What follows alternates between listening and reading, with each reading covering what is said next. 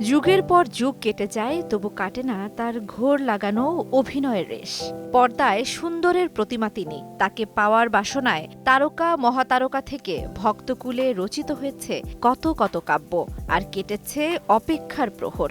কিন্তু সব কিছুকে উপেক্ষা করে তিনি ধরা দিয়েছিলেন বলিউডের অভিজাত পরিবারের সন্তান অভিষেক বচ্চনের কাছে। প্রথমে প্রেম, তারপর পরিণয়। রাজকীয় বিয়ের আয়োজনে তাক লেগেছিল বিস্ময়। এরপর কোল আলো করে সন্তান আরাধ্যার জন্ম। সব মিলিয়ে সেই ঘর যেন চাঁদেরই হাট। এর মাঝেই কেটে গেছে ১৭ বছর। অতঃপর ঐশ্বরিয়া রাই আর অভিষেক বচ্চনের এই সমীকরণের অমিল এখন দৃশ্যমান। দীর্ঘদিন আলাদা থাকা নিয়ে বলিউডে গুঞ্জন থাকলেও এই গুঞ্জনে মোহর লাগে অনন্ত রাধিকার বিয়েতে, যখন বচ্চন পরিবার ও ঐশ্বরিয়াকে দেখা যায় আলাদা।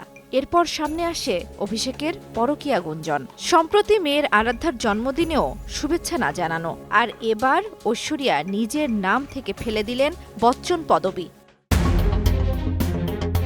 সম্প্রতি দুবাইয়ের এক অনুষ্ঠানে যোগ দেন ঐশ্বরিয়া।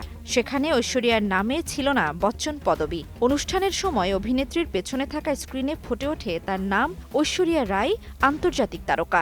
বিশ্বের কাছে নতুন করে শুধু ঐশ্বরিয়া রাই নামেই পরিচয় দিলেন অভিনেত্রী। তাতেই শুরু হয়েছে জল্পনা কল্পনা। প্রশ্ন উঠেছে, তাহলে কি ভেঙেই যাচ্ছে এই জুটির ১৭ বছরের দাম্পত্য? জান্নাতুল দোলনা, সময় সংবাদ।